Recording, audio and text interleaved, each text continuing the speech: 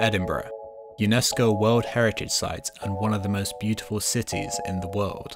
From Arthur's Pike to Dean Village, Edinburgh is full of interesting and unique places waiting to be discovered, which for many puts Edinburgh top of the list of cities to visit in Europe, including myself, which is why I ended up living here and getting to call it home for the past few months.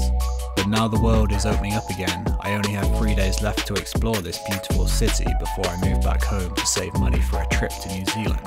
In my last 3 days, I'll be exploring this amazing city, visiting all my favourite places and trying to cram in all the essentials before I leave. And I'll be sharing it all in order to help you explore this enchanting city. Here's how I spent 3 days in Edinburgh.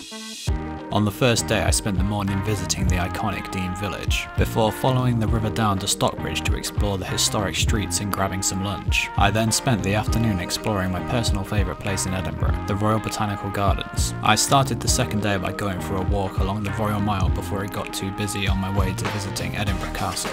I then enjoyed a couple of hours exploring the National Museum of Scotland before going on a short hike up Arthur's Seat in the afternoon. On my final day in Edinburgh, I spent the morning exploring Crammond Island.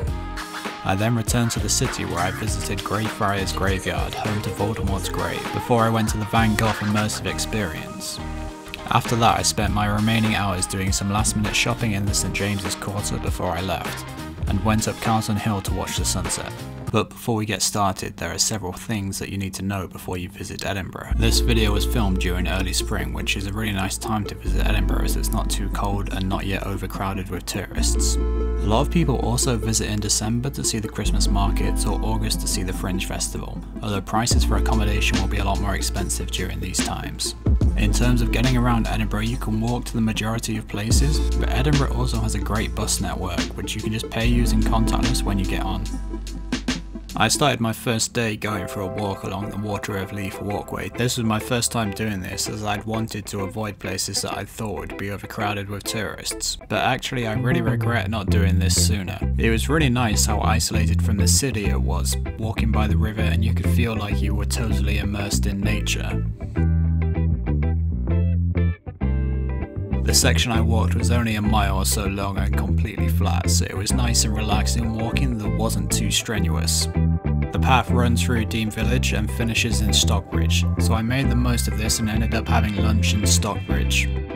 Stockbridge is one of the most popular neighbourhoods in the city, as dominated by Georgian architecture and full of independent shops and cafes. I definitely recommend visiting as there is so many good food options and it's only a 15-minute walk from Newtown. I spent the afternoon exploring the Royal Botanical Gardens, which is probably my favourite place to spend time in Edinburgh.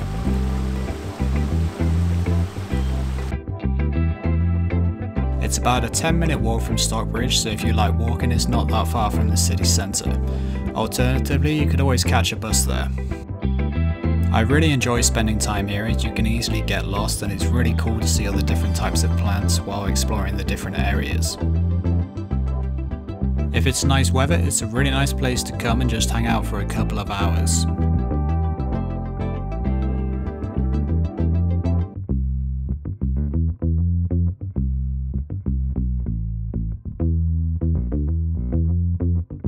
I started my second day by visiting the Royal Mile in Old Town, which connects Edinburgh Castle at one end with the Royal Palace at the other. It's pretty cool to see and pretty much everyone who comes to Edinburgh will visit the Royal Mile at some point, but once you've done it there's not really much else to see. So I definitely recommend going to check it out, spend an hour there or so wandering around the various shops, cafes and bars before heading off to explore the rest of Edinburgh. This is my first time visiting Edinburgh Castle. It's a really unique building which stands on its own above the city and has great views over the city. If you're into old buildings and history, I'd recommend checking it out, but if you're not that bothered, then I wouldn't bother as you can get better views elsewhere and not have to pay £20 for a ticket. You also get pretty good views of the castle from most of Edinburgh and you can walk right up to the entrance if you just want to see the outside. Next up was the National Museum of Scotland. This was also one of my favourite places to visit and I love just coming here to spend an hour checking out the various exhibits. It's also really cool to explore and I'd recommend coming even just to check out the building, and it's just off the Royal Mile so it's really easy to get to.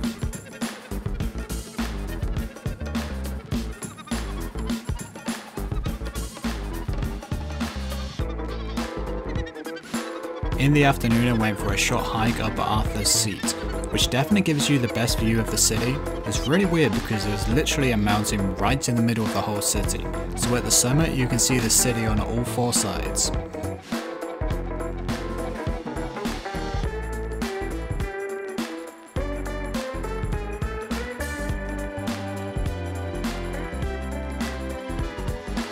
Just on my way back down from Arthur's Seat, it's not a particularly challenging hike, but I have literally just walked past someone who has collapsed on the floor and needed police attention. So if you do come up, it's probably going to take you about half an hour to an hour up, and the same time going back down, but make sure you wear decent trainers, bring some sunscreen and some water, and you'll be absolutely fine. On my final day, I spent the morning exploring Crammond Island. You have to be careful and check the tide times as it's only accessible at low tide, so if you're not careful you could be trapped there for a few hours. There are several abandoned buildings on the island which are interesting to explore.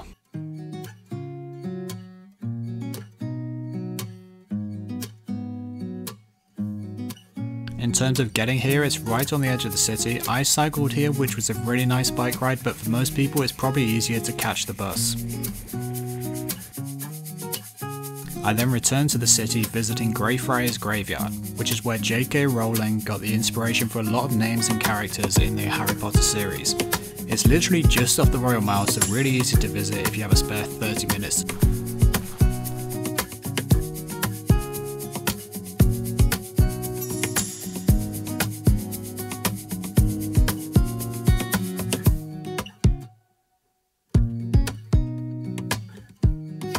I then went to the Van Gogh Immersive experience, which is only in Edinburgh for 3 months, but Edinburgh also has a lot of shows and exhibitions that visit throughout the year, so I definitely recommend checking what's on before you arrive to see if there's anything that you want to see.